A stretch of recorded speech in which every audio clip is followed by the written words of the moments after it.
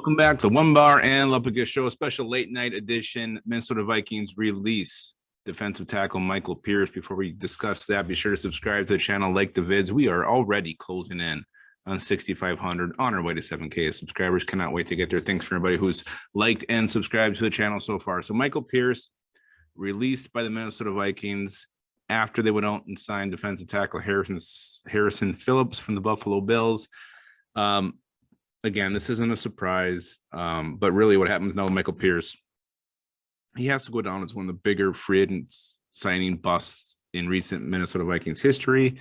He ended up playing 8 games for the Vikings. He started all 8 of those, so good for Michael Pierce. He had 3 sacks, 20 total tackles, forced a fumble, 3 tackles for a loss, hit a quarterback 4 times. And Michael Pierce, I mean, it was really just a string of bad luck. The COVID came out his first year here. He decided to opt out due to health concerns, which you can't blame him for that. Then he got hurt last year, missed half the season. He came out on fire. He had a great game against the Bengals, and then I think he got hurt week 2, and then he just wasn't really the same when he did come back to the field. So Michael Pierce gone, Harrison Phillips in.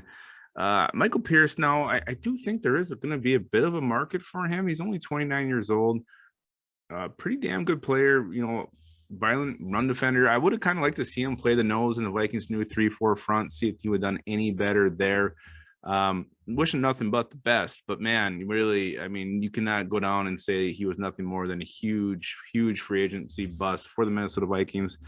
Really, I think his cap hit replaces Harrison Phillips, so it's kind of just trading one for the other here.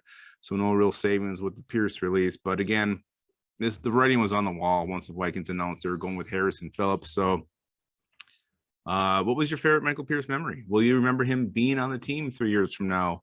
Let us know in the comments. Let us know what you think. Did the Vikings do Pierce dirty? Should they kept him around? Or are you excited for the Harrison Phillips era to begin? Let me know in the comments. And always, guys, keep your skull in your hole.